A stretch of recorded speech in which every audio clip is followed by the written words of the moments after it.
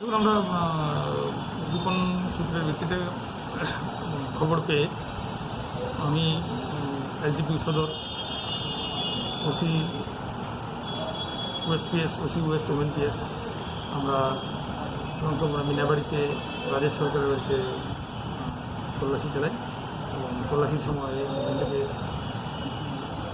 অবৈধ cough syrup উদ্ধার হয় 215 বোতল অবৈধ কফ সিরাপ উদ্ধার হয়। সে বাড়িতে ছিল না, তাই আমরা ওকে পাইনি। রাজ্য সরকার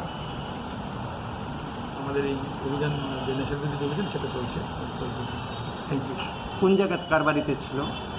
মিনাবাড়ি, লঙ্কামোড়া মিনাবাড়িতে রাজেশ সরকারের বাড়ি।